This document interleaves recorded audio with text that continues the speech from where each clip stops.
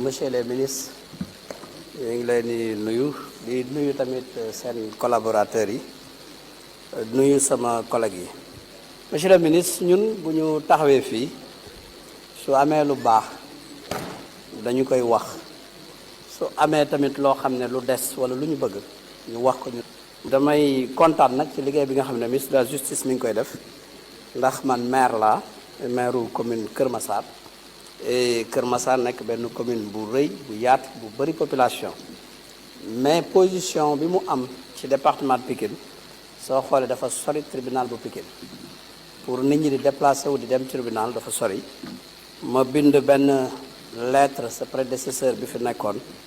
pour que ñu am benn justice de proximité yàlla def mu accepté loolu ñu def benn convention ak ministère bi entre la commune ak ministère bi ñu ne nañ leen jox local wala ñu wutal leen terrain pour ñu tabax ñu defal ñu maison de justice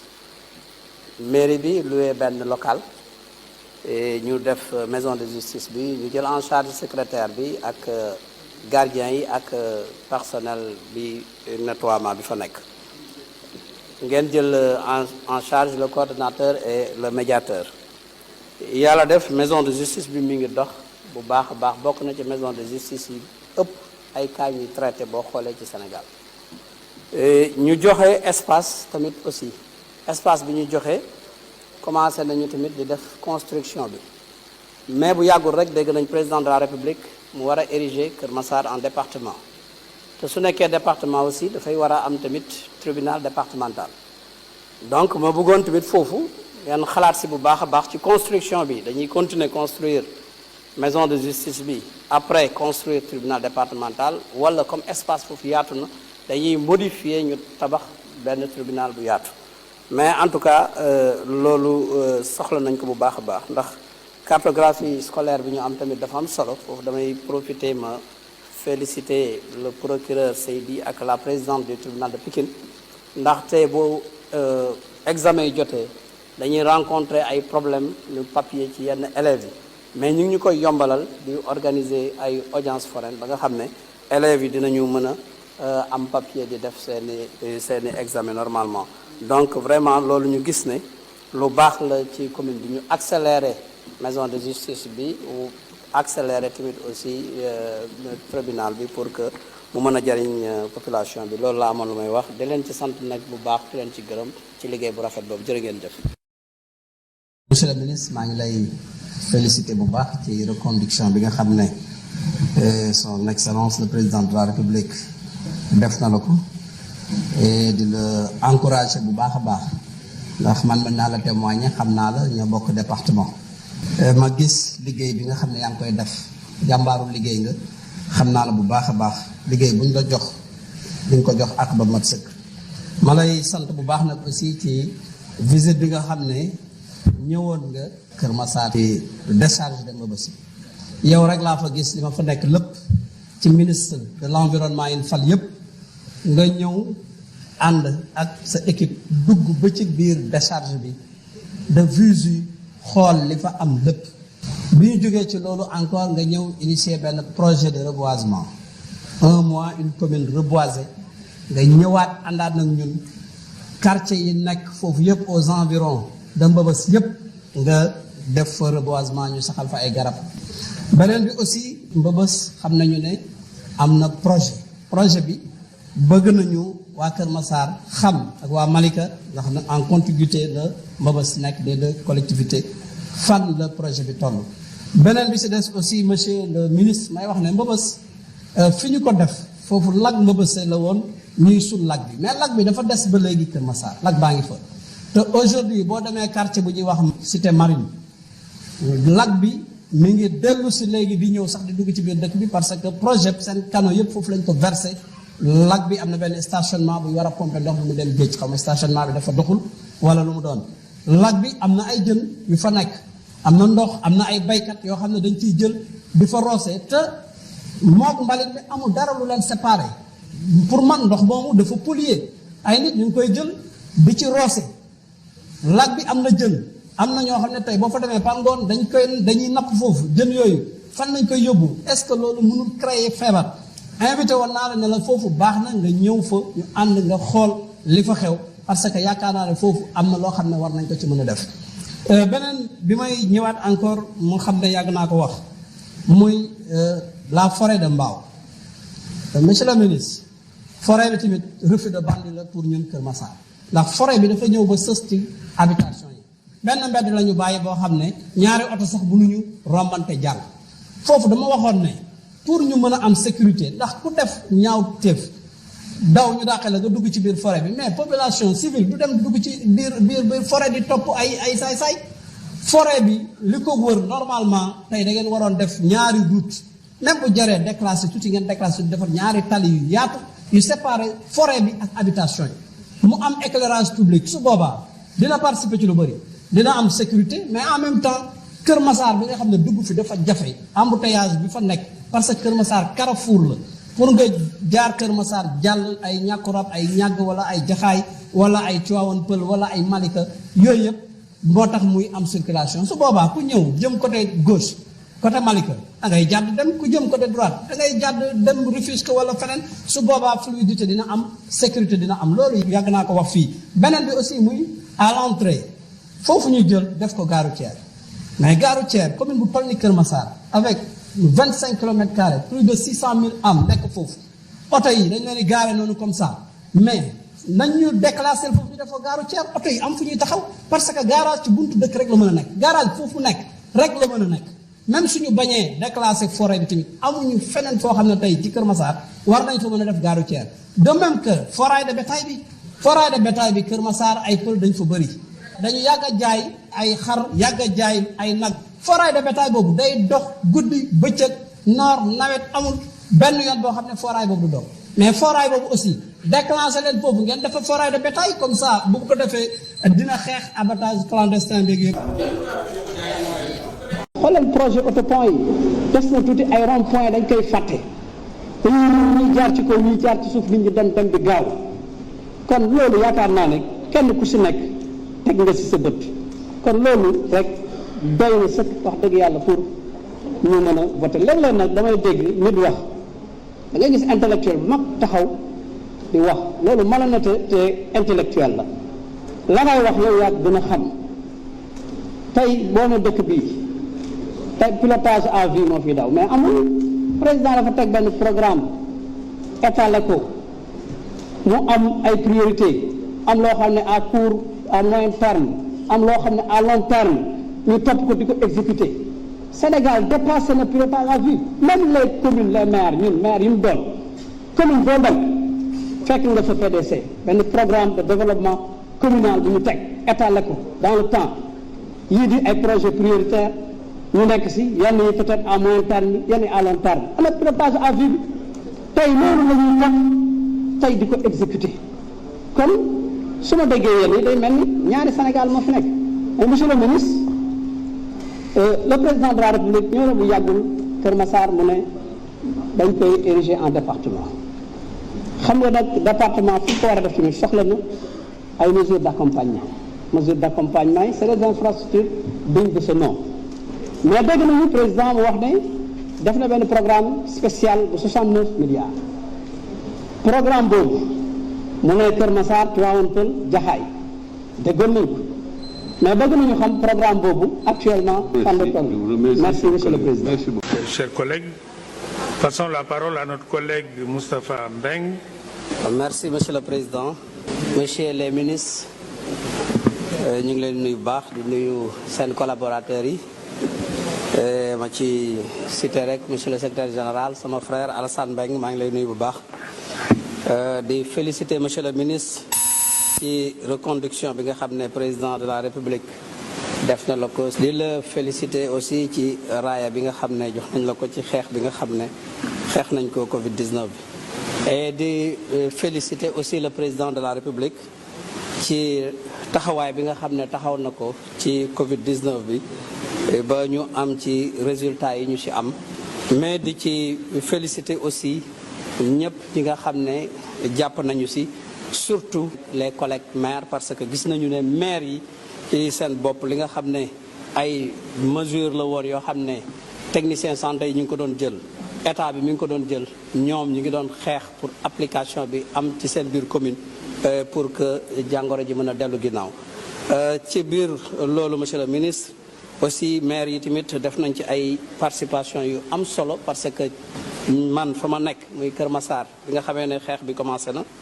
mairie bi déployé na 27 millions jàppale ko santé bi pour ñu mën a gën a xeex bi génne 88 millions jàppale le président de la République ci denrée alimentaire yi mu doon joxe ndax commune bi ñu yoree dafa nekk commune bu bëri nit commune bu yaatu ci biir loolu aussi monsieur le ministre cartographie sanitaire bu Kër Massar boo xoolee am nañu benn district bi ñu yoree léegi sax di lay sant bu baax nag di la gërëm parce que Yëmbal Nord am na district léegi mais suñu district bi moo doon jël Yëmbal Nord Yëmbal Sud Malika Kër Massar ñaay bi yëpp moo ko doon jël mais aussi Kër Massar position bi mu nekk soo xoolee Jaxaay ak Tivaouane Peulh yëpp dañuy ñëw Kër Massar bëgg nañu district boobu tey ñu relever niveau bi mu nekk hôpital ndax li muy jël dafa bari le maire de la ville jàpp na ci parce que am nañu actuellement ñaari bloc opératoire mais am na service yu bëri yu des te district bi espace bi yaatu na mën nañu tabaxaat yeneen service suñ ko bëggee mën nañu ko fa tabax ci biir am nañu aussi ay poste de santé yoo xam ne mi ngi nekk en construction mairie bi mi ngi koy def ndax lu mel ni quartier Grand Médine tey ñu ngi fay defar benn poste de santé ak logement sage-femme ak ICP mairie bi moo koy defar ñu ngi defar aussi benn poste de santé zone de recasement à côté de Mbëbës surtout foofu dafa jege Mbëbës nit ñi dañ doon am ay problème de santé doon ko jooy ba ñu ngi koy def ñu ngi defar tamit benn crèche ak orphelinat boobu suñuy partenaire ñooñu koy defal à l'unité 12 kon donc ci biir loolu yëpp tamit aussi soxla nañu tamit ay ambulance bien vrai que am nañu ay ambulance parce que état bi joxoon nañu ñaari ambulance ci coopération décentralisée mairie bi indi na ñetti ambulance dolli ko si indi ñaari corbillard dolli ko si mais xam nga boo xoolee Kër Massar 140 quartiers 25 kilomètres carrés loolu mënul bëri soo ko déggee si dégg-dégg mënul bëri ci commune bi kon tamit loolu dañu siy soxla sa jàppale en tant que ministre nga gën ñu jàppale ndax xam nañ ne ñoo ko war a def parce que compétence transférée la santé bi waaye tamit aussi bëgg nañ seen ndimbal bindoon naa benn lettre aussi pour ñu def benn CPRS sa secrétaire général tontu na ma pour que ñu wut local wala ñu joxe terrain en tout cas suñu ñëwee pour tijji ko léegi man mën naa joxe local su dee tamit dañ ko bëgg a tabax aussi mën nañu joxe espace pour ñu tabax ko parce que espace pour ay tabax infrastructure de santé am na fa beneen bi si des tamit plaidoyer bi may wax rek mooy am nañu suñu benn xarit bu baax bu nekk Kër Massar di liggéey ci CPRS yi ñu koy wax Amadou Sow moo nekk adjoint CPRS bu nekk yeen bu ñu sañoon tamit suñu CPRS bi bu tijjiwee pour que la muy def mu gën a mën a feeñ ci biir commune bi ngeen àndal ñu ko ci CPRS bu Kër Massar bi comme ça mu mën ñu nekkal foofu donc vraiment monsieur le ministre loolu rek laa la doon wax mooy nga jàppale ñu si suñu infrastructure de santé yi ñu yéegal seen niveau yi ay inondation bi ren xaw nañu laal tamit am na ay poste de santé yoo xam ne fi ñu nekk dafa am ndox ñu génn mairie bi moo leen luyel le poste de santé de Aladji Paté le case de santé de sant yàlla bi dafa am ndox aussi mairie bi moo leen luyel donc nag bëgg nañu kon nga jàppale ñu bu baax a baax tamit ci côté boobu parce que nag commune bu war a dem nekk département ndax rëyaayam vraiment soxla na ndimbal. Merci beaucoup monsieur le ministre. Merci. Notre collègue Moustapha Meng, vous avez la parole.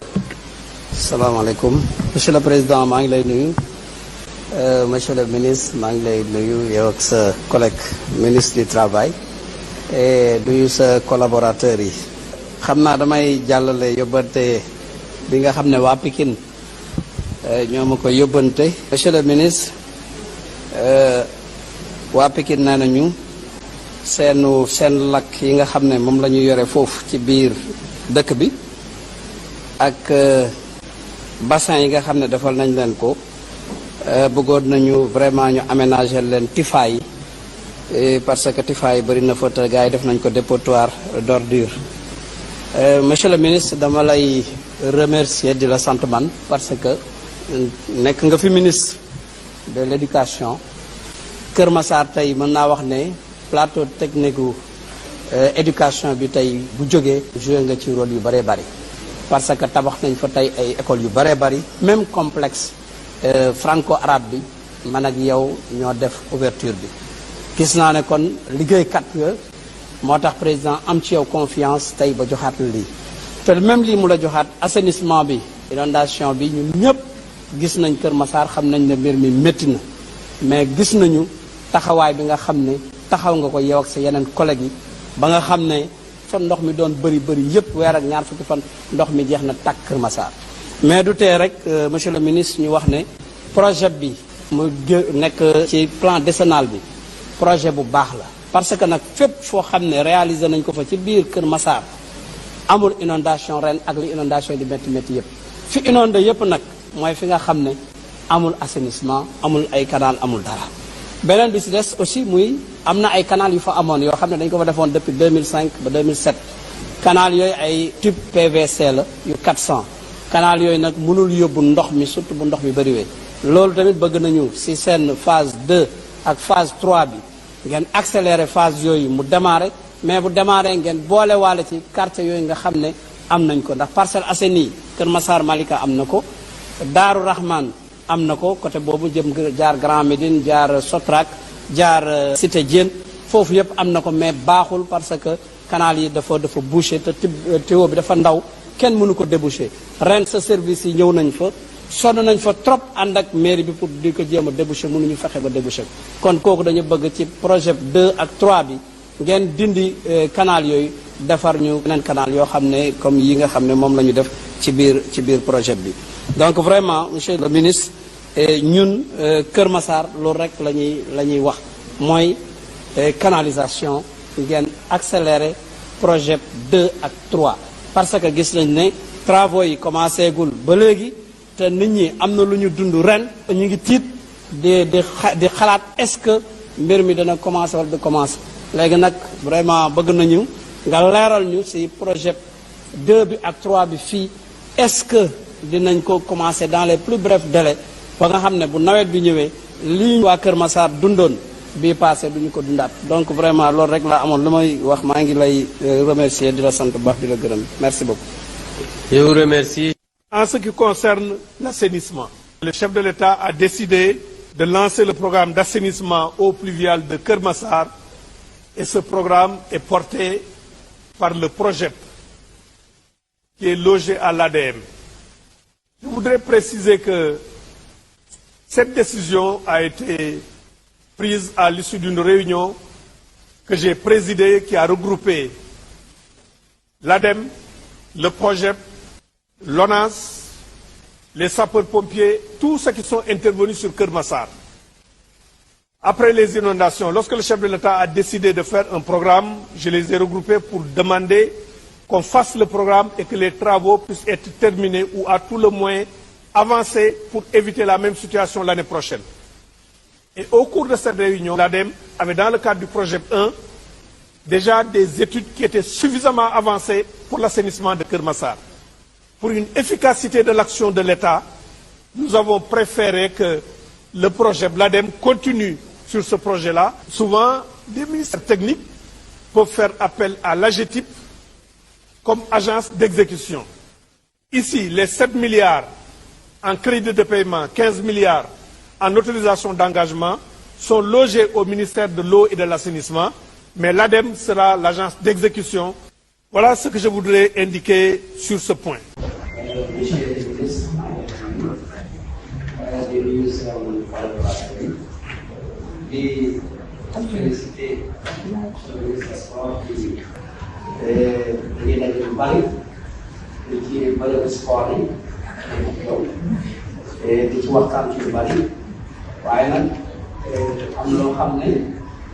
waxoon nga ñu ko bi nga ñëwee Kër Massar comme ni ko gars yi wax rek xam nañu ne sport compétence de transfert territoriale moo tax ñu ngi jéem ñu xam ne commune yi seen doole dañu noonu doole sax commune yi tolloowuñ doole te ñun suñu commune ñu ngi góorgóorlu ñu la waxoo et tabaxuñu stade ci benn bi suñu ko waaye ñu tabax chaque année ñu def tey suñu stade defar nañ ko bu baax defar ay portail defar ay protection li ngi defar vestiaire